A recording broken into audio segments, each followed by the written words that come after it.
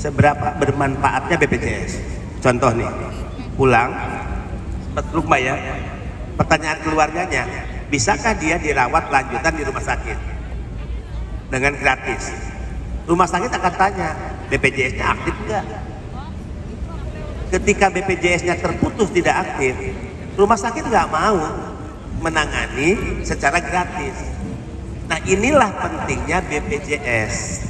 Ya, bahkan BPJS bisa mengcover anak juga loh, tidak hanya apa? Tidak hanya si PMI-nya, sampai anaknya. Nah, kadangkala kasus seperti ini akhirnya kita main tabrak. Ya udahlah, kalau kau bilang ini apa BPJS-nya terputus, ya udah deh dibayarin BPJS-nya, urus. Nah, kadangkala kita main tabrak gitu. Tapi sebetulnya itu juga nggak pantas kita lakukan, ya, karena BPJS kalau dia mau ngotot-ngototan, ya kan BPJS-nya terputus, gimana mau ditangani gratis? Nah, ini kasus nih yang kita akan tangani di rumah sakit, bagaimana dia akan gratis, sementara BPJS-nya pasti karena dia renew, BPJS-nya tidak aktif, ya. Udah tersambung, Mbak? Iya, nggak apa-apa. Saya mau sambungin dengan ini, Mbak, dengan keluarga, dengan kepala balai.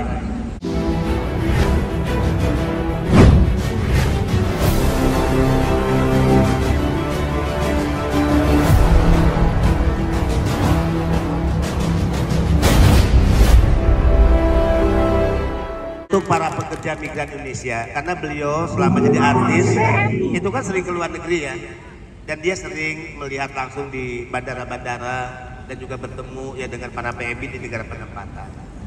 Dia mengatakan kepada saya dengan berlinang air mata, Mas, mereka ini petarung, orang-orang hebat. Saya ketemu mereka, ya, bagaimana mereka bekerja dari jam yang ditentukan oleh pemberi kerja, kemudian dia menabung, dia menyisihkan uang itu untuk keluarga, orang tercinta, anak ditinggalkan, suami ditinggalkan, terus dari hasil pendapatannya dia sumbangkan pada negara.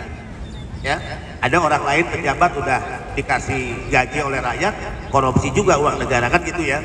PMI kan nggak pernah korupsi uang negara, dia nyumbang pada negara. Nah, itu apresiasi dari OPI Andaresta untuk pekerja migran Indonesia. Kemudian Senin saya akan kembali ke Jakarta, ya. Saya ajak Mbak Yuni ke Jakarta. Mbak Yuni, ya. Mbak Yuni ikut jadi kan? Kemana, Pak? Ke Jakarta. Udah digotong saya ini. Saya ajak Mas Sandro juga. Oke, siap, Tapi Pak. kayaknya ada hal yang sulit mendapatkan izin. Ada Pak, ada. Pak. Bisa diizinkan ya Mas Sandro? Karena gini, hasil temuan di Hong Kong ini dan masalah-masalah Hong Kong, saya tiba jam 12:30 di bandara, saya tidak ke rumah loh. Saya langsung ke kantor jam 3 rapat membahas masalah-masalah yang saya temukan di Hong Kong, ya. Tuh, kurang apa lagi, mau dikebukin lagi saya, mau dianggap nggak kerja, mau dianggap nggak serius. Dan Mbak Yuni ikut dalam rapat, nggak ada kementerian lembaga tiba-tiba ngajak orang yuk ikut bareng rapat di ruangan ini, nggak ada. Kita ajak beliau untuk beliau memberikan kesaksian yang sesungguhnya apa yang dialami oleh para pahlawan devisa di Hong Kong dan masalah-masalah yang membuat mereka merasa dipersulit, ya, selama ini. Oke, Bapak sudah bongkar rahasia, padahal itu sudah saya rahasiakan. Bocor dah. Oke, sebenarnya karena Bapak... Tapi tadinya saya ngajak sendiri Mbak Yuni, beliau protes. Pak Beni, saya ngajak suami saya juga dong. Kenapa? Saya ini perempuan yang tidak bisa 1 jam pun jauh dari suami, katanya. Ini fitnah, Mbak. Ini fitnah, Mbak. Walaupun saya pegang mic-nya beda, itu nggak seperti yang Pak Beni pikirkan. Sekali lagi saya tidak seperti itu. Ini direkam loh, Pak. Ini bahaya ini di masa depan saya ini saya. Nggak bisa cari yang lain. Oke. Tapi kalau mau belajar suami yang setia, Mas Sandro, ini orang di belakang saya. Jadi satu saat oplosan, tepuk tangannya. Tapi sebaiknya jangan tepuk tangan ya. Karena gini, satu saat beliau ke ruangan saya, dompetnya tertinggal di meja. Beliau ke toilet, saya buka dompetnya. Di dompet itu ada foto istrinya.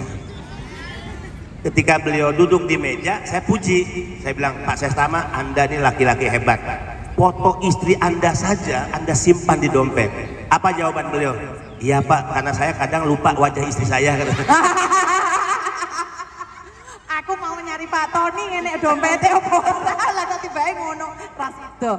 Jadi gini Mbak, bocoran karena Pak Beni kesini kan yang isu yang ditekan adalah caleg. Jadi saya tidak percaya dengan keadaan dan kenyataan ya, karena saya maunya satset, karena saya tidak punya pendidikan tinggi, jadi saya maunya yang cepat mau ruwet.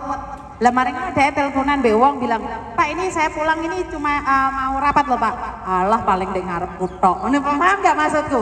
Sebenarnya saya mau ngeliat bener nggak sih hasil dari Hongkong ini mereka akan rapatkan dan seperti apa keputusannya, bener nggak sih? Kan kita selalu bilang ngomong enak, bukti dong, ya kan? Kita simpel aja. Jadi kebetulan besok saya terbang bareng sama Pak Beni. Jadi apakah Miss Yuni mewakili? Tidak, saya tidak mewakili siapapun. Dan aku bondo dewe. Jadi aku gak mungkin diundat-undat. Sama kayak Pak Beni selalu ngomong aku bondo dewe. Aku ya bondo dewe. Jadi saya cuma ingin tahu benarkah yang disampaikan Pak Beni di lapangan, di kenyataannya seperti apa. Itu yang ingin saya lihatkan dan saya akan apa jenenge di YouTube no? Kita live kan. Oh iya deh. Kita Kepresidenan soalnya. Kita minta izin dulu. lah ya, iya Pak ya.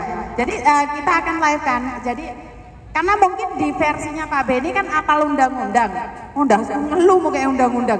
Jadi saya akan live kan dengan versi mereka dan kita akan telaah dengan versi saya. Bener nggak sih? Karena otak kita kan beda-beda. Jadi bocoran aja bahwa besok saya pribadi akan ke Jakarta dan melihat benar nggak sih mereka seperti apa sidaknya atau memang hanya untuk berpura-pura saja. Apakah benar ada PT yang akan didatangi oleh mereka? PAP itu seperti apa? Ya, apakah setelah PAP itu tanda tangan apa di video itu saya ingin tahu loh. Nyata nggak sih? Yang kalian keluhkan sing telepon aku sampai mejer-mejer nangis itu nyata nggak sih? Ini yang saya ingin datangi. Dan kebetulan kan saya nggak punya majikan ya, jadi kan saya bebas. Jadi kalau ada beberapa orang yang koar-koar tapi tidak bisa melaksanakan, itu adalah tantangan. Wani berawe. Jadi saya selalu bilang sama Pak Beni, tunjukkan dan sosialisasikan termasuk BPJS dan lain-lainnya. Jadi buat teman-teman bantu saya doa agar saya tetap amanah dan Pak Beni juga. Dan sekali lagi, isu yang diterpa tentang caleg itu tidak pernah dibicarakan dengan saya, Mbak. Jadi saat ada di rumah saya itu saya dibahas wong ngeluh sama dasku. Bahkan saya tambahkan, beliau tuh ngomong, Pak, saya ini didatangi caleg ini, caleg ini, caleg ini. Apa permintaan saya ke beliau? Mbak Yuni, saran saya, Mbak Yuni jangan berpartai. Bayangin, Mbak Yuni jangan berpartai, biarlah Mbak Yuni tetap menjadi orang independen. Kalau saya punya kepentingan politik, saya pasti aja ke partai saya. Partai apa, Pak? Tapi demi Allah Rasulullah, nggak boleh disebut, nanti digoreng lagi. Karena tujuan saya nggak berpolitik. Justru saya sarankan ke beliau, Mbak Yuni jangan berpartai, Mbak Yuni independen. Agar Mbak Yuni bisa menyampaikan segala hal ke PMI, ya dianggap objektif, ya tidak multi pendapat. Nah, kalau saya punya misi politik, pasti saya paksa tuh ke partai saya. Orang lain juga ngajak ke partainya kan gitu. Ini clear, tidak ada urusan politik, hanya pejabat yang jahat mencampur adukan tugas negara dengan kepentingan politik dirinya. Ya, thank you. Jadi karena saya sendiri ngerasa risih juga ya Pak ya. Setiap didatangin orang saya tuh dikait-kaitkan dengan nyalek-nyalek itu. Padahal saya sendiri tuh buta tentang itu semua. Aku kira ngerti-ngerti gue boleh duit mulai kelon bar. Iya bener? Kalian mikirnya kayak gitu enggak sih? Into duit mulai Indonesia sukses bar. Tentang pemerintahan kita tidak tahu. Saya golongan putih dan hak saya kalau saya memilih. Benar nggak sih? Tapi saya tidak akan memberitahukan kalian saya partai si apa dan seperti apa. Dan saya tidak inginkan gara-gara tahun depan apa namanya? Pemilu, kita hari ini bentrok satu sama lain. Yang di atas salaman, Mbak. Kalian nangis-nangis tukaran. Benar nggak sih? Jadi jangan terbawa oleh sesuatu yang nggak jelas. Dan mereka punya dana yang sangat besar untuk memporak-porandakan kita. Ya, saya tidak inginkan itu. Itu pesan saya adalah hati-hati karena saya pernah melihat teman saya cerai suami istri gara-gara caleg. Nah, bukan caleg, apa sih namanya presiden. Nah, beda pilihan Pak. Ini nyata ini Pak. Lah, emangnya oleh presidennya dadi kelone mbek awakmu kan enggak toh, jauh kan.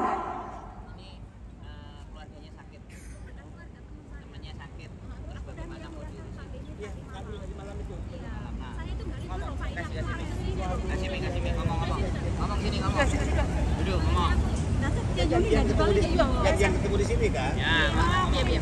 Kasih mic, kasih mic. Kaulun hospital situ loh. Rehabilitas. Iya, Pak Beni. Yang banter mbak, yang kenceng. Sakitnya stroke. Nah, dia tuh kan habis cuti kemarin bulan 4 kalau nggak salah. Itu kan tiba-tiba sakit, terus balik sini baru 2 bulan, terus sakit langsung stroke gitu. Stroke-nya itu masih kayak udah tak kirim ke bapak ya itu videonya itu. Makanya kan tanggal 20 kan pulang Indo. Tapi udah diurusin pulangnya tanggal 20. Sampainya di Indo itu menaik kata kalau tidak salah. Gitu. Maksudnya yang tanya-tanyakan itu kalau di Indo itu rawatnya itu gimana lagi? Apa harus bikin BPJS tenaga kerjaan untuk kan harus masih dirawat Pak. Soalnya dia belum pulih jalan itu kayaknya udah nggak bisa. Surabaya Miss, dia kan orang Banyuwangi. Saya cuma bantu temen ini, saya lari, aku nggak libur ini udah waktunya mepet untuk masa pulang. Oke, Mau ditangani. nggak dia dirawat di rumah sakit yang kita rujuk? Loh, makanya ini kan saya kesini kan saya cuma sebagai teman. Tadi malam saya kirim ke bapak tuh ada nomor HP keluarganya yang bisa dihubungi gitu loh Pak. Iya, itu maksudnya kan tanggal 20 ini hari Mingguan udah pulang Indo. Udah tiket ini. Ya pihak keluarganya juga. Iya, tapi pihak keluarga udah saya tanya. Ini kalau saya sambungkan ke Pak Diri gimana? Nggak apa-apa Mbak. Banyuwangi kalau lengkapnya. Udah tak kirim ke Pak Beni tapi masalah. Iya, alamat lengkapnya saya belum begitu paham. Temennya yang menghubungi. Iya maksudnya gini, semalam saya kirim video ke bapak, kan soalnya saya kan kunjungi ke rumah sakit, kadang kan gantian. Oke. Lebih enak keluarganya yang berkomunikasi sama Iya, dia. gini, Gitu iya. aja. Jadi biar sampai juga nggak pusing gitu loh, paham nggak? Bukan, maksudnya gini loh mas, keluarganya udah saya tanya, ini saya cuma menghubungkan ke bapak, terus bapak kan udah saya kasih nomor telepon keluarganya, lah ya makanya bapak hubungi sendiri ke sana, terus adiknya itu juga sudah saya kasih nomornya bapak gitu loh.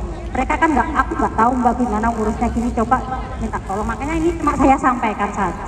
Saya nggak akan mengurusi soal alamat, saya detailnya saya nggak tahu.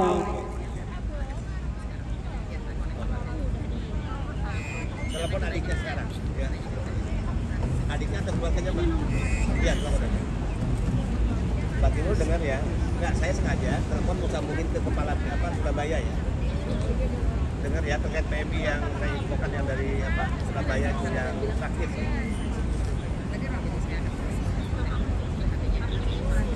Yang stroke